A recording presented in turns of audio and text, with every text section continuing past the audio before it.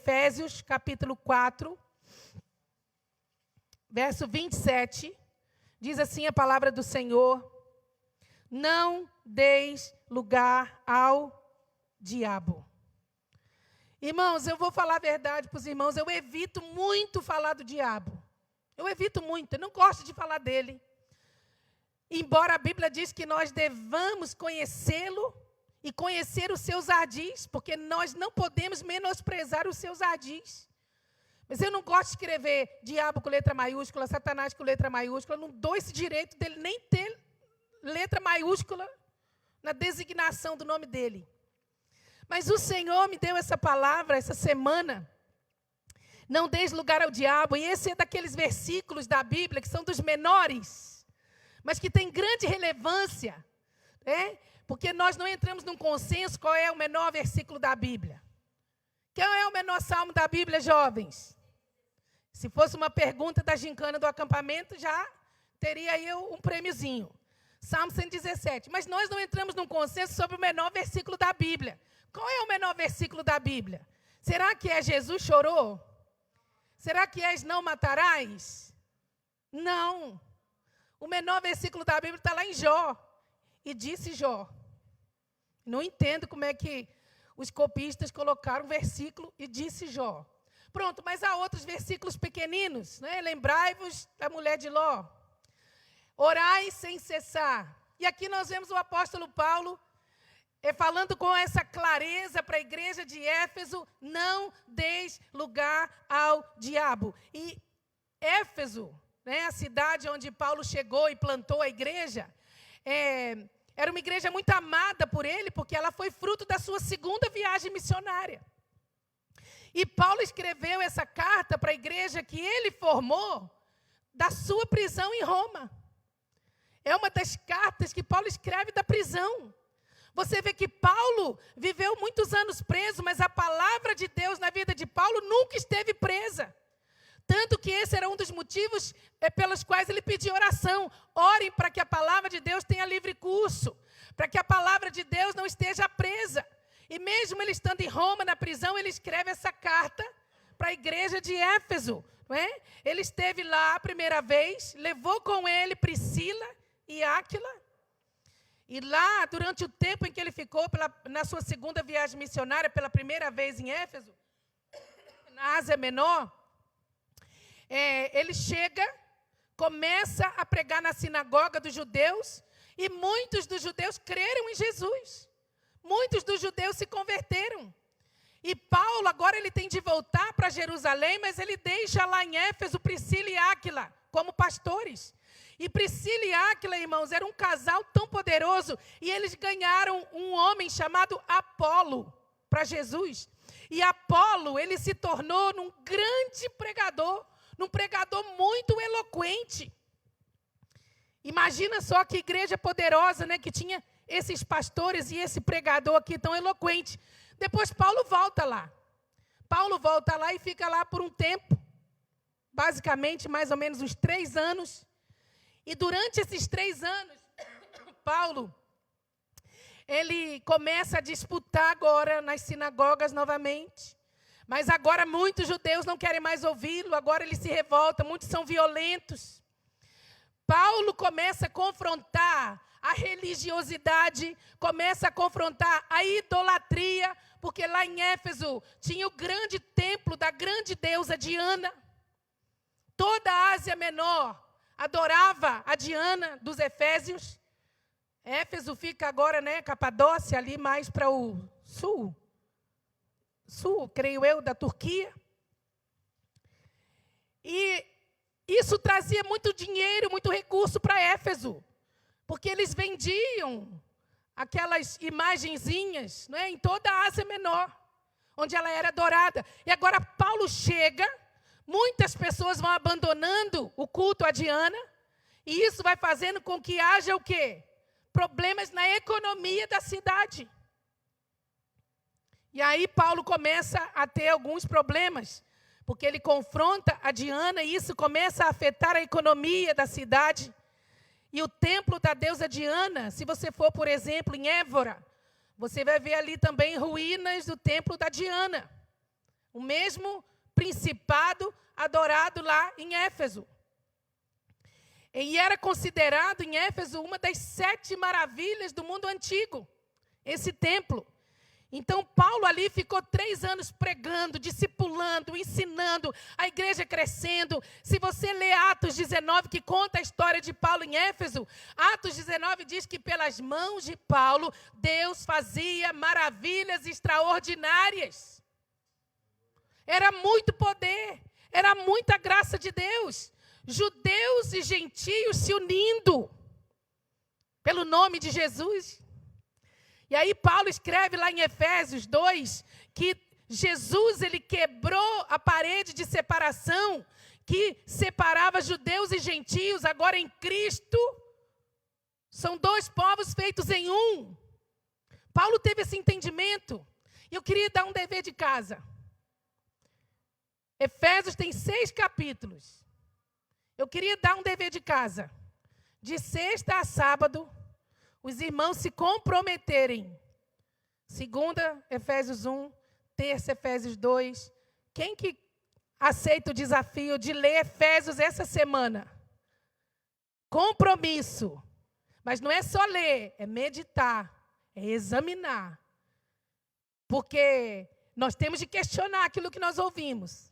Você vai questionar e você vai olhar a palavra e você vai ver se é isso mesmo que está sendo pregado aqui, que se é isso mesmo que Jesus está querendo falar para nós na sua palavra. Então tá. Então essa igreja de Éfeso, ela se tornou tão abençoada, tão próspera, houve um avivamento tão grande, que ela começou a evangelizar as regiões vizinhas. Que igreja, irmãos! Olha, essa igreja teve Paulo, Timóteo, Priscila, Áquila, Apolo, trabalhando nela. Era uma igreja inspiradora, mas vem uma nova geração. 40 anos depois desse grande avivamento, a nova geração não permaneceu na essência do amor a Jesus. Porque 40 anos depois, nós vamos ler lá em Apocalipse, Jesus enviando uma carta através de João para essa igreja, 40 anos depois só, dizendo: vocês ainda preservam a generosidade, vocês ainda preservam a sã doutrina, mas eu tenho contra vocês, igreja de Éfeso, que vocês perderam o primeiro amor. Vocês perderam a essência da verdadeira religião. Vocês perderam a essência do que significa ser seguidor de Jesus. Vocês não amam a Jesus mais de todo o vosso coração. E eu continuo pensando aqui quando eu leio: não deis lugar ao diabo. Será que Paulo não estava prevendo, irmãos, que sutilmente o diabo ia entrar de alguma forma nessa igreja tão inspiradora, para fazer com que ela continuasse na religião, continuasse até na vida de piedade, mas perdesse a essência do primeiro amor? Porque muitas vezes nós podemos ver, não é? Na Bíblia toda nós podemos ver que nós somos tentados e damos lugar ao diabo, muitas vezes de forma prática, de forma objetiva, mas também nós damos lugar ao diabo no intelecto, de forma subjetiva.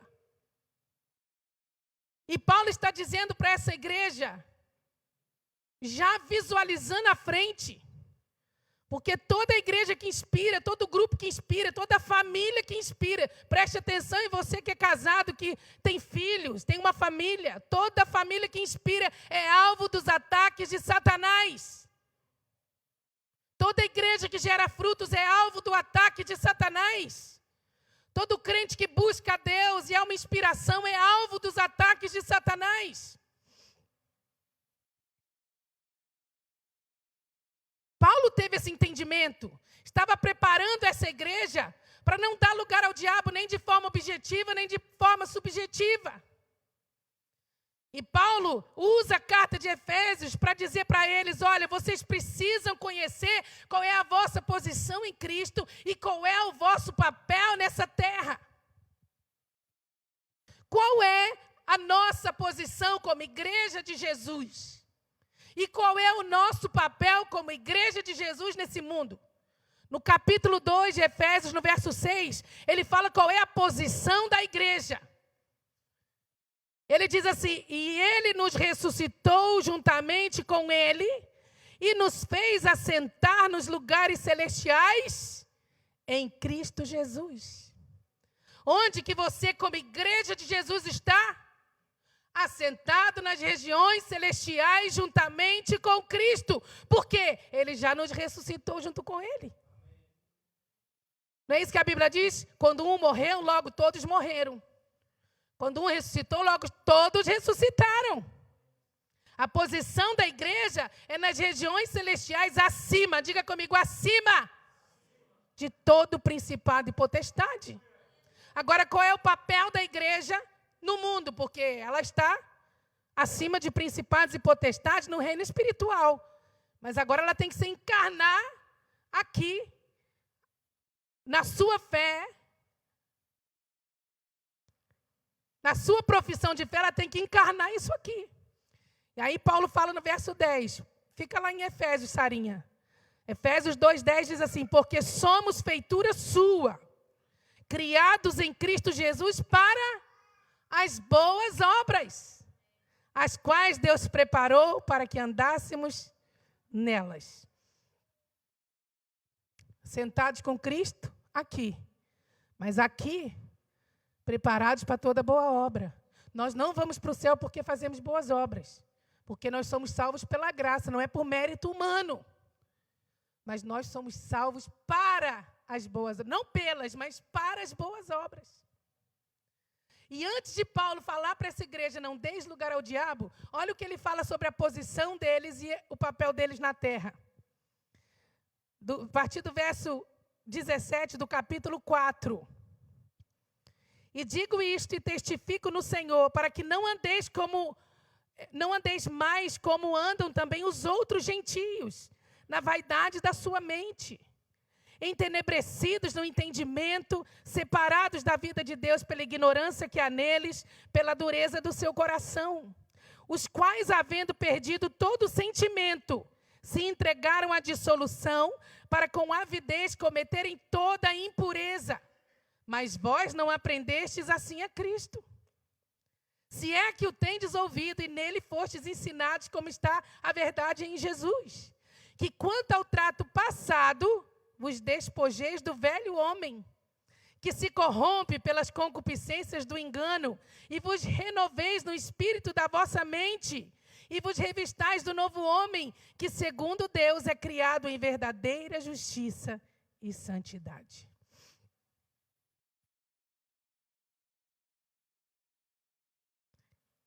Como igreja, nos despimos do velho homem, nos revestimos do novo, que é a essência de Cristo. E fazendo isso, nós não vamos dar lugar ao diabo. Como é que nós damos lugar ao diabo, irmãos?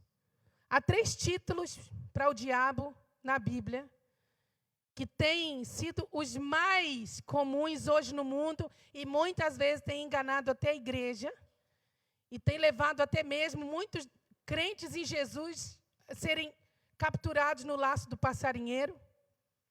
Olha, o diabo foi chamado de o príncipe das potestades do ar, o príncipe deste mundo e o Deus desse século. Como é que ele age, então, como príncipe das potestades do ar? Como é que ele age como príncipe deste mundo? Como é que ele age como o Deus desse mundo? Bom, o príncipe dos poderes do ar, no capítulo 2 de Efésios 1 e 2, Paulo diz assim: Jesus vos deu vida estando vós mortos nos vossos delitos e pecados, nos quais andastes outrora, segundo o curso deste mundo, segundo o príncipe da potestade do ar, do espírito que agora atua nos filhos da desobediência. E note que Satanás, ele nunca na Bíblia é chamado de rei, que ele não tem um reino. Satanás tem um império, não um reino. Rei só há um, que é Jesus Cristo, Rei dos reis e Senhor dos senhores. Satanás não tem um reino. Quando Deus o expulsou do céu, por ter pecado pelo orgulho, ele formou um império, não um reino. Quem tem o reino é Jesus. Que é o reino do Filho do amor de Deus, é o reino de Jesus. E Paulo fala aos Colossenses que Deus nos tirou do império das trevas e nos transportou para o reino do Filho do seu amor. Jesus não tem um império, Jesus não nos obriga a servi-lo, Jesus não é um tirano, Jesus não é um ditador. Por isso ele tem um reino, esse reino, ele é um reino justo, ele é um reino bom. Eu estou nesse reino porque eu quero, eu depositei aos pés do meu rei o meu livre-arbítrio porque eu quis. Furei minhas orelhas e disse, minha orelha eu furo as portas da tua casa, porque eu quero ser escrava de orelhas furadas. Ou seja, todos quantos virem espiritualmente minhas orelhas furadas vão saber, aquela escrava, aquele escravo furou suas orelhas porque disse, eu quero, ainda que seja livre, eu quero continuar servindo o meu Senhor. Estava na lei, se o escravo receber alforria, mas se ele amar muito o seu Senhor e quiser continuar sendo seu servo, ele vai às portas da casa, na cidade, perante todos e vai deixar furar a sua orelha. Para que todos possam ver aquele ato. E todos vão ver que ele serve ao Senhor porque ele quer. E assim somos nós. Não somos mais escravos do mundo nem do diabo, somos servos de Cristo, como disse Paulo. Agora, como príncipe das potestades do ar, como é que o diabo trabalha, irmãos? O príncipe das potestades do ar, ele trabalha no pensamento. Ele trabalha no campo das ideias, da filosofia, na esfera da educação, do intelecto. O diabo, ele influencia as filosofias, ele influencia a religião, ele influencia o comércio, ele influencia a economia mundial. E ele faz isso através do intelecto. As falsas religiões do mundo estão sob o domínio do diabo.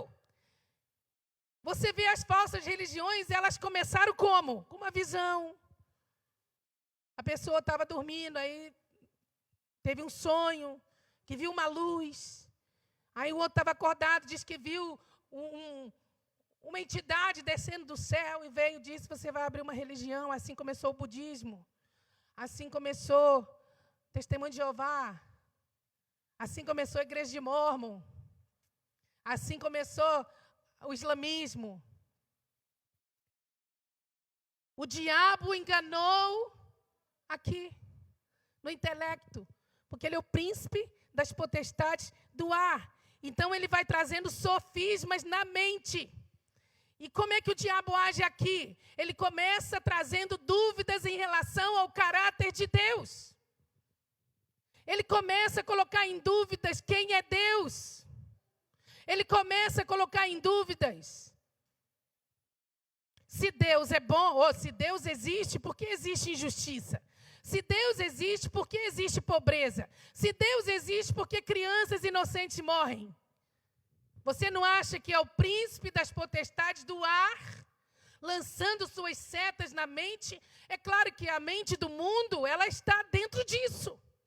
Porque, como príncipe do ar, das potestades do ar, ele também controla as pessoas que não são de Deus. Mas muitas vezes, irmãos, o crente em Jesus não está usando o capacete da salvação e as setas inflamadas do maligno, as setas que vão de dia, elas vão e entram. E vai levantando sofismas, ensinamentos questionáveis sobre a pessoa do nosso Deus. Ele fez isso no começo da história com Eva. Chegou para Eva e disse, por que você não come do fruto? Você está vendo que esse fruto é desejável? Esse fruto é agradável. Desejável para dar entendimento, ó. Se você comer, você vai ser como Deus. Não, mas Deus disse para não comer. Não, não foi bem isso que Deus disse. E ele começou a mudar ali, trazendo um sofisma, um falso ensinamento para enganar Eva aqui, no seu intelecto. E os seus sentidos, eles foram corrompidos pelo seu intelecto. Os olhos, o ouvido, a boca, a mão. tudo enganado aqui no intelecto. E ela foi, tomou do fruto, comeu. E deu também ao seu marido e ele comeu. E nós estamos aqui nesse ADN físico ainda do primeiro Adão. Irmãos, tem uma passagem na Bíblia, que às vezes a gente não entende muito, que é dos amigos de Jó. Deus repreendeu severamente os amigos de Jó, porque eles não falaram de Deus o que era justo, e não falaram de Jó também o que era justo. Mas teve um chamado Elifaz, que Deus repreende ele severamente. Quando a gente lê as coisas que ele fala para Jó, a gente até acha bonito. Porque aquelas palavras vinham com aparência de piedade. Mas Deus disse, você foi mal, você falou mal do meu caráter, você não compreendeu o meu coração e você não foi generoso e caridoso com o seu amigo Jó. Você acusou Jó de ter pecado. E porque ele pecou, ele estava em sofrimento. Você não foi generoso, você não foi um servo de Deus. E aí, o Elifaz, quando estava conversando com Jó, dizendo, Jó, você pecou. Deus não ia deixar você cair nessa luta que você está, se você não tivesse em pecado. Aí ele sabe o que ele fala para Jó, irmãos? O Elifaz? Ô Jó, isso não veio na minha cabeça do nada, não, Jó. Eu recebi uma palavra, de tudo que eu falei para você, eu recebi um espírito que eu não conheço, ficou falando no meu ouvido. Eu vi um vulto. E esse vulto foi falando para mim. Que vulto era esse que fez aquele homem ter aparência de piedade nas palavras, mas ser tão cruel com Jó? Era o próprio diabo, irmãos. O príncipe das potestades do ar. Lançando suas palavras malditas, com aparência de religiosidade. Sabe aquelas pessoas que têm aparência de religiosidade, mas ferem os outros? Sabe aquelas pessoas que querem tratar o pecado com lei, ao invés de tratar o pecado com graça? Porque tratar com a lei é mais, é mais cristão, é mais crente. Errou, vai morrer. Está arriscado do nome do rol de membro, está arriscado. Pecou, vai embora, nós não queremos você mais aqui. Porque a Bíblia fala, ainda usa a Bíblia para apoiar a sua falta de amor, a dureza do seu coração. Mas tudo sugestionado pelo príncipe das potestades do ar. Então, irmãos, agora, por exemplo, na América, eu fiquei muito assustada. Eu não fico muito assustada, não. Porque eu sei o que está escrito na Bíblia.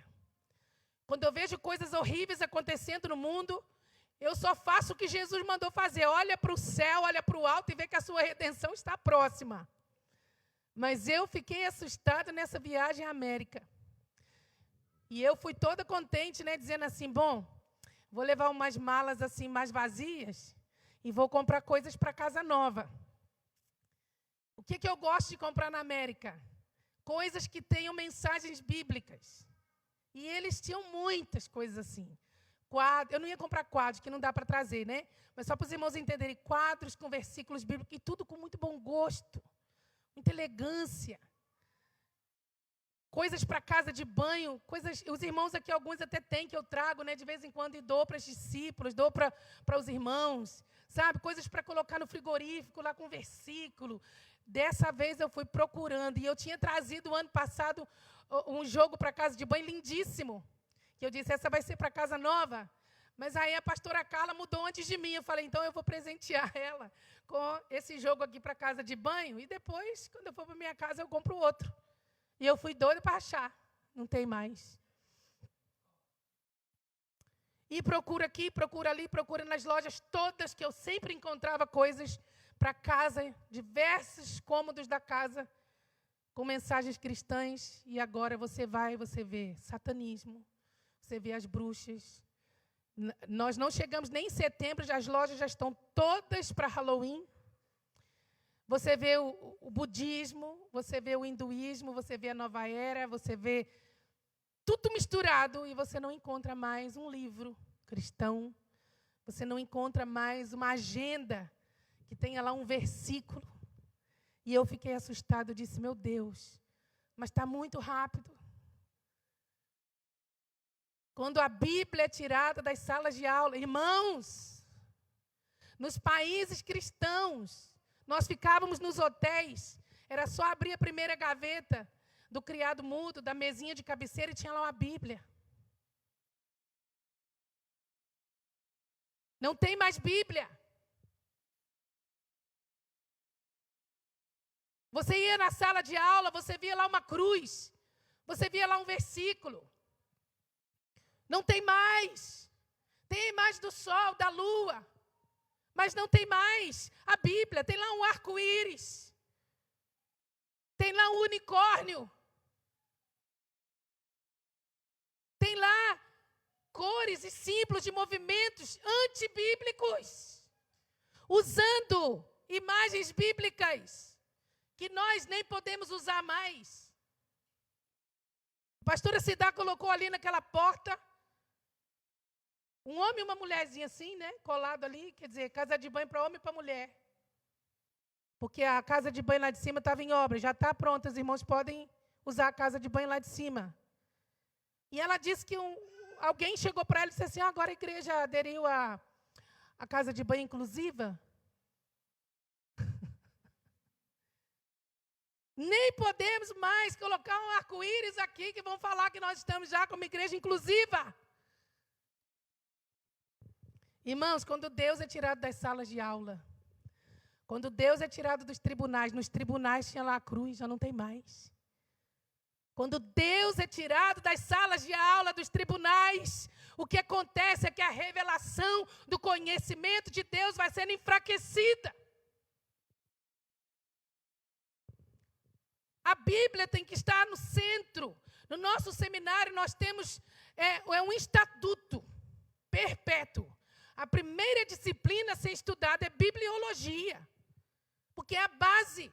Se nós não conhecemos a Bíblia, nós não vamos conhecer nada mais. Porque tudo o que nós precisamos de conhecer dentro da teologia é baseado na Bíblia, nas Escrituras. A guerra contra a igreja hoje é no campo do pensamento. A guerra contra a igreja no Ocidente, irmãos, é aqui no campo das ideias. Você vê um jovem, eu falo sempre isso aqui, porque você precisa, jovem, prestar atenção. O jovem, ele é educado na casa de Deus, ele é criado aprendendo a palavra de Deus, mas quando vai para a faculdade se desvia. Por quê? Aqui, ó. Chega lá, ele vai encontrar um professor ateu, ele vai encontrar um professor agnóstico, ele vai encontrar um professor materialista, humanista. E vai começar a encher a mente dele de questionamento sobre a pessoa de Deus. E coloca a Bíblia em xeque diante das teorias, porque são teorias, conjecturas, especulações científicas. Eu e o pastor Eduardo fomos visitar a Universidade de Michigan, e lá tem um museu, e no museu tem um planetário. Eu gostava muito, Ana. Onde está a Ana? A Aninha está ali. Eu gostava muito de pegar nossas crianças e levar no planetário em Lisboa. Vamos marcar, viu? Eu acho que vai ser um bom presente para as crianças. Nós já fomos no planetário em Lisboa, né? Eu amo, amo, amo. E a Escola Bíblica de Férias tem uma parte da decoração que é toda sobre o espaço, né? E aí nós fomos visitar esse planetário, chega lá, a gente deita, tudo escuro. Aí estava lá a aluna de ciências, ela estava explicando tudo e tal. Aí quando ela começa, ela fala assim, olha, vê aqui aquelas 3 estrelas. Agora, olha para aquilo ali. Eu já sabia tudo, gente, tudo que ela ia falar. Qual é a aparência que tem aquele sinal ali, aquela ligação daquelas estrelas? Aí eu, a ursa maior. Aí ela, a ursa com seus filhos. Aí depois ela, e essa aqui que tem esse símbolo de um homem com a flecha e tal, assim, o Órion. Aí eu falei primeiro, né, baixinho, o Órion. Aí Eduardo estava do meu lado, até ouvindo, né? Aí, daí a pouco, qual foi o outro? O Órion, a ursa maior, tem a ursa menor, mas também tem o... Ai, gente, lembra aí, seminarista. Carlos, aí me ajuda. Esqueci, gente. Olha, eu sei que eu fui falando tudo. Aí depois ela disse assim, nós não sabemos de onde se originou essas ideias, né? Do espaço e tal. Parece que surgiu lá dos gregos. Gregos? Antes de existir grego, já existia o livro de Jó. E o livro de Jó é que fala da ursa maior, fala do Órion, dos 7 estrelos. Isso, dos 7 estrelos. Aí eu falei assim, meu Deus, que menina está aprendendo ciência, mas é ignorante de Bíblia. Já estava aqui na Bíblia, o primeiro livro da Bíblia a ser escrito foi Jó. Está tudo lá. A Bíblia não é um compêndio de ciências, mas tudo que está na ciência está aqui na Bíblia. Isso aqui, meus irmãos, não é teoria, isso aqui é facto, isso aqui é realidade. Teoria é o que falam lá fora. É preciso ter mais fé para acreditar na teoria da evolução do que na criação. Gente, como é que o nada vai criar alguma coisa? Como é que o que não existe vai criar o que existe? Como é que o que não é nada vai criar algo que se sustenta e se reproduz? Não existe isso. Só uma mente inteligente pode criar o que é inteligente. Só uma mente infinita pode criar uma outra mente. Deus é a causa primária de todas as coisas. Então, jovem, a sua luta não é contra o seu professor, não é contra o ateu que está dando aula para você. Paulo fala em Efésios 6, vamos ler Efésios, irmãos, em nome de Jesus, segunda a sábado. Paulo fala em Efésios 6 que a nossa luta não é contra carne e sangue, mas é contra principados e potestades do ar. Viu? Então, a sua luta não é seu professor, a sua guerra não é contra o seu colega de trabalho, a sua luta não é contra alguém da sua família, a sua luta é contra o príncipe das potestades do ar, o diabo. Ele também é chamado de o príncipe deste mundo. Foi Jesus que falou isso. Em João 14, verso 30, Jesus disse assim, agora se aproxima o príncipe deste mundo e ele nada tem em mim. Essa expressão príncipe deste mundo tem a ver com aquele que legisla. Tem a ver com aquele, irmãos, que age através dos poderes que constituem uma nação. Quais são os poderes que constituem uma nação? Poder judiciário, poder legislativo, poder executivo. Será que nós não estamos conseguindo fazer conexões com aquilo que nós estamos vendo hoje em quase todas as nações da Terra, nesse mundo globalizado? Como é que o diabo está agindo no mundo? E como príncipe deste mundo, ele está agindo através dos poderes que legitimam, de certa forma, um povo. Leis contra a palavra de Deus. Os engenhos de governo, os engenhos de política, trazendo a desconstrução dos valores cristãos. Nós estamos numa geração em que os valores cristãos estão, irmãos, a passos largos sendo desconstruídos. Agora é novo modelo de família. Agora é um novo modelo educacional, um novo modelo social. Antigamente as crianças iam para a escola para aprender matemática, português, inglês, ciências, biologia, física, história. Agora as crianças vão para a escola para serem doutrinadas nas ideologias e filosofias desse mundo, desse sistema. Então, o príncipe deste mundo é o príncipe deste sistema. E uma das táticas e estratégias do diabo é fazer com que o mundo pense que tudo é relativo. Tudo é normal. Mas o pior não é lá fora, não é? O pior é aqui dentro. Quando nós começamos a achar que tudo é normal. Você já ouviu falar que a inteligência artificial está reformulando a Bíblia?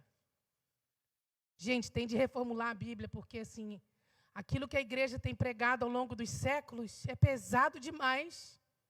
Não dá. Tem de tornar a coisa mais soft. Então, para não dizer que é um homem que está reformulando a Bíblia, vamos pegar a inteligência artificial E vamos fazer com que a inteligência artificial, ela reformule a Bíblia. E você sabe que nós estamos sendo guiados, conduzidos pela inteligência artificial, não é?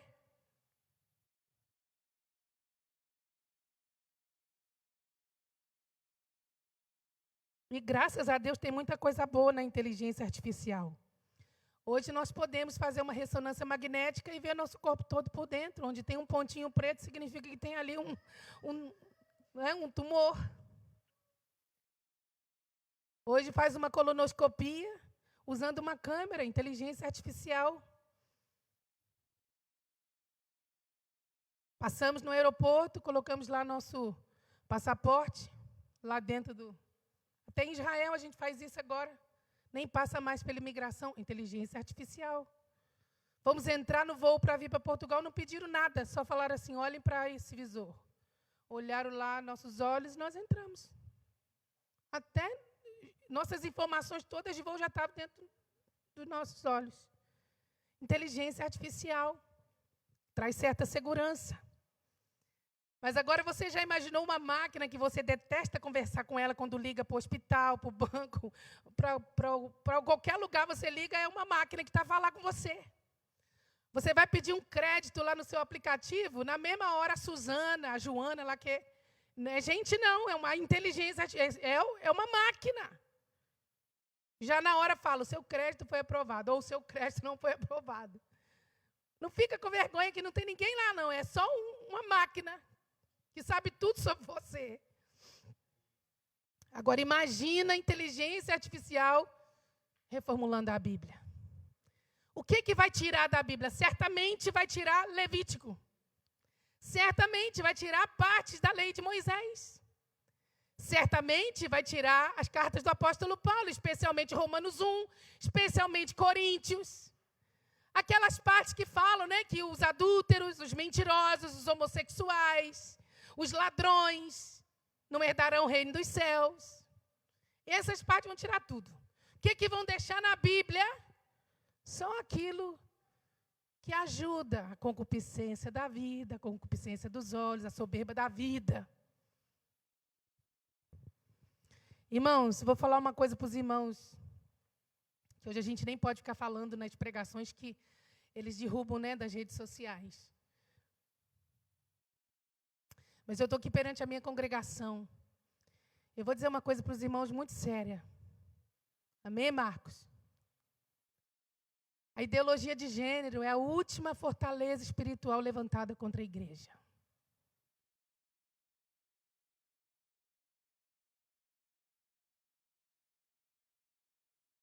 Por que a ideologia de gênero é a última fortaleza espiritual levantada contra a igreja antes da volta de Jesus?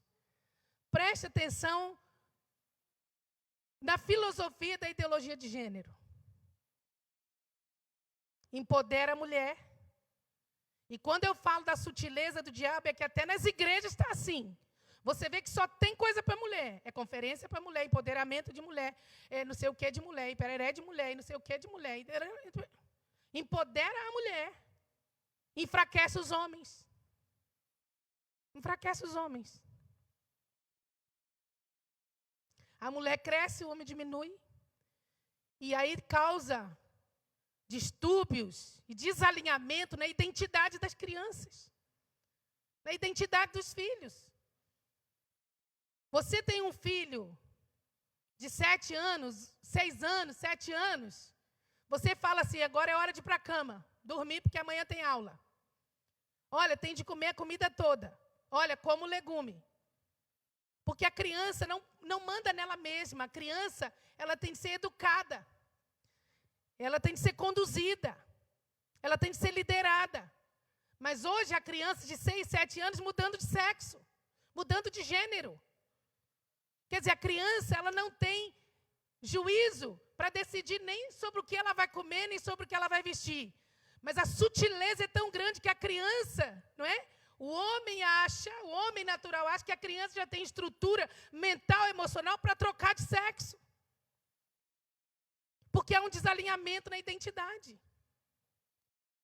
Eu Eu acredito que a igreja de Jesus hoje, ela tem de empoderar os casais, ela tem de empoderar as famílias. O homem tem de voltar a assumir o seu papel como cabeça, como líder, como sacerdote.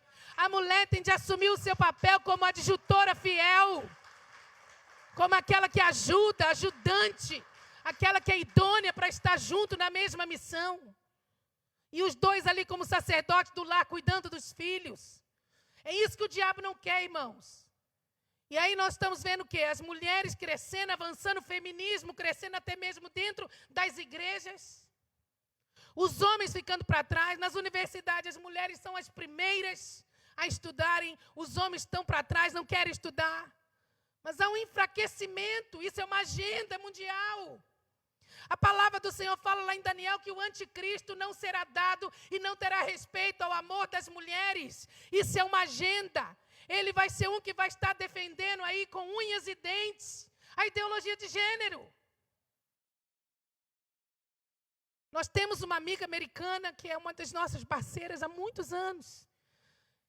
Ela criou os filhos, quando os filhos estavam já grandes, o marido chegou para ela e disse assim: não quero mais estar casado. Eu arrumei um namorado e quero me casar com ele.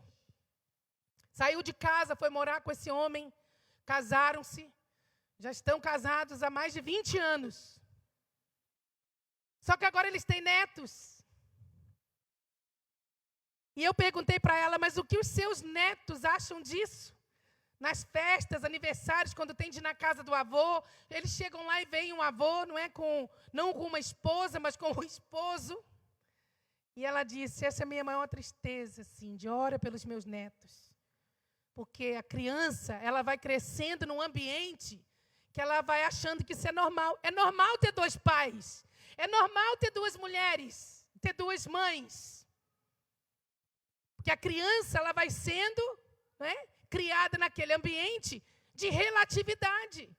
Irmãos, nós estamos num mundo difícil. Hoje tudo depende da ótica, as lentes que você usa. Que cor é isso aqui? Como é que você vê essa cor aqui? Não tem nenhum daltônico aqui, não. Isso é rosa. Mas se alguém aqui no nosso meio falar, não, isso é azul, eu não posso discordar.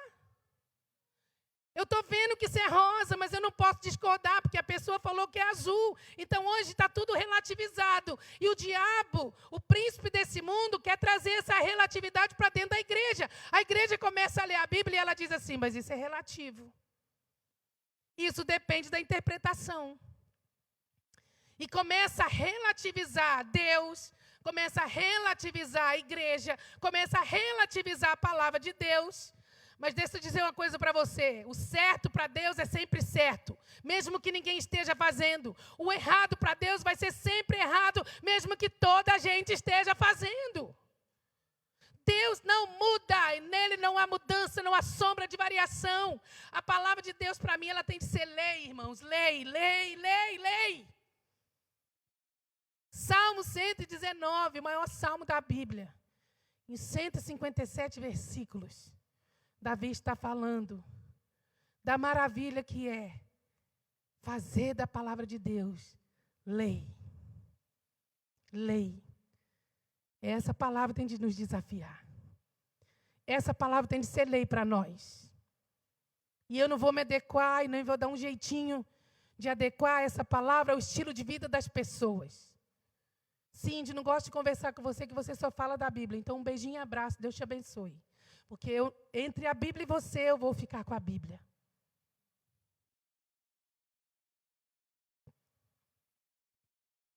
Eu era apaixonada por um rapaz quando eu era jovem. Apaixonada. Nunca namorei aquele rapaz, mas ele queria casar comigo e eu resistia. Mas era apaixonada por aquele rapaz. E um dia, Deus abriu os meus ouvidos, porque eu ouvi uma frase muito bem falada que ele disse. Quando eu chamei para ir à igreja, ele disse, essa não é minha identidade. E eu disse, então, um beijinho e abraço. Porque entre você e Jesus e a palavra, eu vou ficar com Jesus e a palavra. Mas o diabo também é chamado de o Deus desse século. Paulo fala, segundo aos Coríntios 4:4, nos quais o Deus deste século cegou o entendimento dos incrédulos, para que lhes não resplandeça a luz do evangelho da glória de Cristo, que é a imagem de Deus. Como é que o diabo age como Deus desse século? Levando pessoas a celebrarem a forma que ele pensa. Ele é celebrado como Deus desse século na forma que ele pensa, na independência que ele quer trazer para as pessoas de Deus, na falsa liberdade que ele quer promover para as pessoas, irmãos. O Deus deste século, ele é o Deus desse sistema. E esse Deus desse século, diga-se de passagem com D, bem minúsculo mesmo. Esse Deus com letra bem minúscula, ele ainda tem até poder sobre algumas enfermidades, sobre algumas leis da natureza, sobre algumas pessoas, sobre algumas situações. Ele tem ainda o poder sobre a economia mundial. Porque ele é o Deus Mamon, não é isso que Jesus falou? O Senhor Mamon, também com um S bem pequenininho, ele cega o entendimento. E olha como a cegueira espiritual, irmãos, ela é uma coisa tão... Meu Deus! A cegueira espiritual é algo tão terrível que a verdade está diante da pessoa, mas ela não consegue enxergar. Por exemplo, há um movimento mundial, né? Toda a vida importa. Não tem um movimento mundial, Toda a Vida Importa? Que trabalha para defender as minorias, os negros, os LGBTs, os divorciados e os animais. Toda a vida importa. Mas eles promovem um aborto. Não é uma cegueira gritante, não é uma falta de senso, não é uma contradição gritante, irmãos. As pessoas não enxergam a verdade. Você quer ver outra cegueira? Pega os 10 mandamentos. Toda a Bíblia, seja ela de Jerusalém, católica, cristã, evangélica, toda a Bíblia, Gênesis 20 é igualzinho. Aliás, a Bíblia é toda igual. Em todas as religiões que usam a Bíblia, é toda igual. Tirando as Testemunhas de Jeová, que adulteram o original. Mas pega os 10 mandamentos. Aí você fala para uma pessoa católica assim, eu amo os católicos, viu, irmãos? Eu fui católica, eu fiz primeira comunhão e eu aprendi a amar Jesus na igreja católica. Os irmãos um dia podem até ouvir, quem não conhece meu testemunho. Mas é uma incoerência. Qual é o primeiro mandamento dos 10 mandamentos católicos?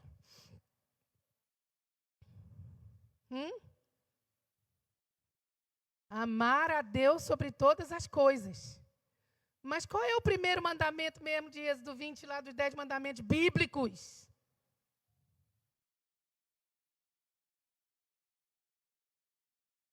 Irmãos?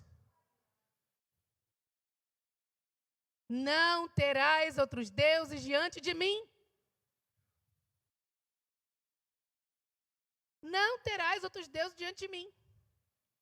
Qual é o segundo mandamento?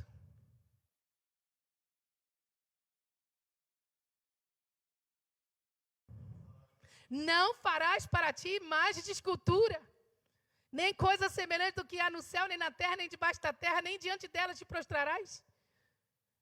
Mandamento, mas adulteraram os 10 mandamentos. Guardar o sábado como um dia de descanso para o Senhor. Adulteraram, guardar domingos e festas. Irmãos, aí você fala com a pessoa, mostra a Bíblia aqui para ela, abre, ó. Não, não é não. A cegueira é tão grande que a pessoa não vê a verdade.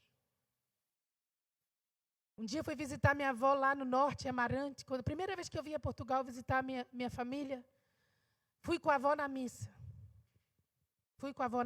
Chegou lá, o padre estava pregando Isaías 53. Que foi época de Natal, então ele estava pregando lá sobre Jesus, né? Foi ferido pelas nossas transgressões, moído pelas nossas iniquidades e tal. E eu fiquei contente que o padre leu Isaías 53 todo. Cheguei em casa, a avó disse assim, gostaste da homilia? Eu disse, gostei muito, vó. O padre leu Isaías 53, está na Bíblia. Não, o padre não leu nada da Bíblia, não. Vó, ele leu, vó. Está na palavra de Deus, a Bíblia que eu tenho. A avó não tinha Bíblia. Tinha medo da Bíblia. Dizia assim, toda gente que lê a Bíblia fica diferente, tem medo dela. não tinha Bíblia. Mas o padre falou certo, estava lá na Bíblia. Mas a cegueira, irmãos. Então, ele cega o entendimento para que a pessoa possa pensar como ele deseja para que ele seja celebrado. Agora, como é que nós resistimos a essa desconstrução toda? 4 coisas nós fazemos e rapidamente eu vou citar. Nutrindo primeiro uma relação com a palavra. Segundo, nutrindo uma relação com a vida de oração. Eu demonstro a minha dependência de Deus na oração. Quem não ora, peca. Porque a Bíblia diz que nós devemos orar sem cessar. E Jesus disse, entra no teu quarto e o teu pai que te vê em secreto te recompensará. Às vezes nós escrevemos nossas lamúrias no Facebook, no Instagram, em tudo que é rede social, mas a gente se esquece de entrar no quarto, fechar a porta e falar com o nosso pai em secreto. Terceiro, nutrindo uma relação com a igreja. E daí vem novamente o príncipe das potestades do ar. Muita gente sendo enganada com sofismas e fortalezas na mente, dizendo assim, não, para que eu vou para a igreja? A igreja está cheia de gente falsa, está cheia de gente hipócrita. A igreja está cheia de gente fofoqueira.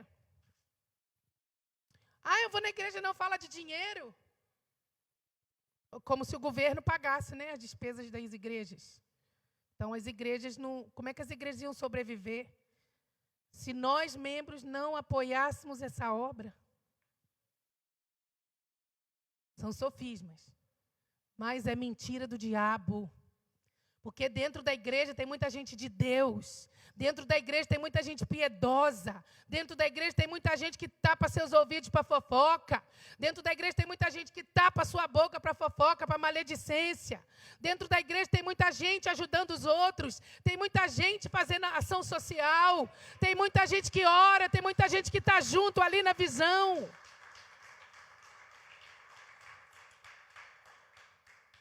O diabo traz esse pensamento, irmão, para afastar as ovelhas do Senhor. Porque o diabo sabe que uma ovelha sozinha é uma presa fácil.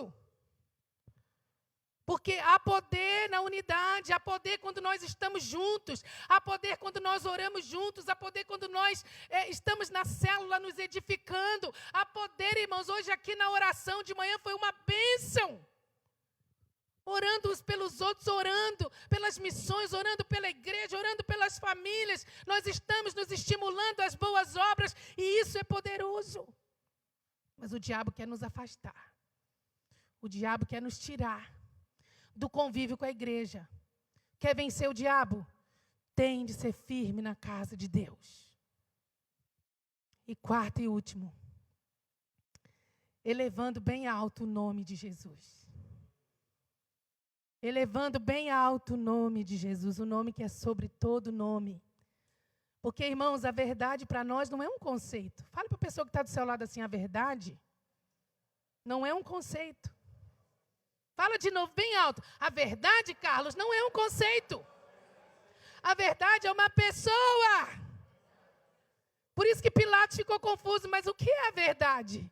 A verdade estava diante dele e ele não conhecia a verdade, porque ele ainda achava que a verdade era um conceito. Mas a verdade é uma pessoa. E quando nós elevamos o nome de Jesus bem alto, irmãos, nós somos edificados, fortalecidos. O nome do Senhor vai avançando, crescendo, e nós vamos dando lugar ao Espírito e não à carne, e nós não vamos dando lugar ao diabo. E o primeiro amor não vai se extinguindo de nós. Nem de forma objetiva, nem subjetiva. Essa palavra é fiel, irmãos. Passa céus e terra, mas a palavra não passa. Há tanto a descobrir aqui. E o povo faz voto de começar a ler a Bíblia no início do ano e não sai de Gênesis. Não sai do raso. Irmãos, meu primeiro pastor, sempre quando ele não tinha resposta para alguma coisa, e eu perguntava muito. Um dia eu falei, pastor, eu tenho uma dúvida. Quando uma mulher aborta, o bebezinho, né, o feto, que ainda não é um bebê formado, mas é um feto, ela aborta, já é um espírito, não é? É. Ele diz, é um espírito já tem o sopro de Deus ali. Então, mas o que acontece com aquele feto? E as minhas perguntas eram todas assim. Vai para o céu, não vai para o céu e tal. E ele sempre tinha boas respostas, que o meu primeiro pastor é ainda, né? Tem 90 e tal anos e é bem ali. Mas quando ele não tinha resposta, ele dizia assim, minha filha, eu falava para os jovens, leiam Deuteronômio 29, 29. Põe aí, Sara. Deuteronômio 29, 29. As coisas reveladas pertencem a nós e a nossos filhos, mas as coisas ocultas e encobertas pertencem ao Senhor. O que está revelado que pertence a nós e nossos filhos? Está tudo aqui, ó. Se está aqui, eu tenho de saber. E se está aqui, eu tenho o direito de saber. E se tem alguma coisa que eu não entendo aqui, eu vou estudar mais e pesquisar mais e procurar mais, porque a Bíblia interpreta a própria Bíblia e eu vou conseguir, porque aquilo que é revelado é para mim e para os meus filhos. Mas se não está aqui, vou parar de pesquisar e procurar, porque eu só vou perder tempo, porque pertence ao Senhor. Coloca, Sara, Deuteronômio 29, 29.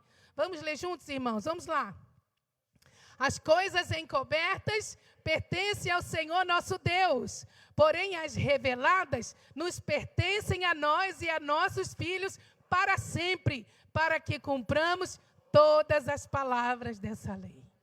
E essa palavra é fiel. Jesus conhecia ela e por isso Jesus, ele venceu, porque ele conhecia a palavra de Deus. Você vê que a coisa é tão importante, tão séria, que Jesus ele morreu no madeiro. Mas quem que levou Jesus a ser morto? Por que Jesus foi condenado? Porque, segundo os judeus, ele infringiu a lei dos judeus. Ele blasfemou, porque ele disse que era igual ao Pai. Mas o madeiro era a pena de morte aplicada pelos judeus e pela lei de Moisés? Não. Qual era a pena de morte para blasfêmia segundo a lei de Moisés? Apedrejamento. Mas por que Jesus não morreu apedrejado?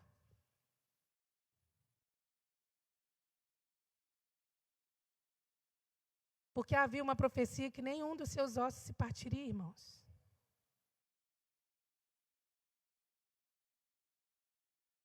Porque Jesus conhecia toda a palavra e tudo que se dizia sobre ele.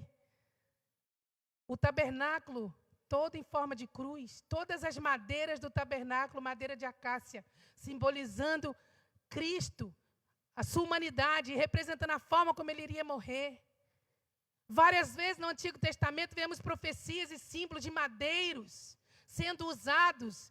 Moisés lançou um madeiro nas águas de Mara para que as águas se tornassem saudáveis.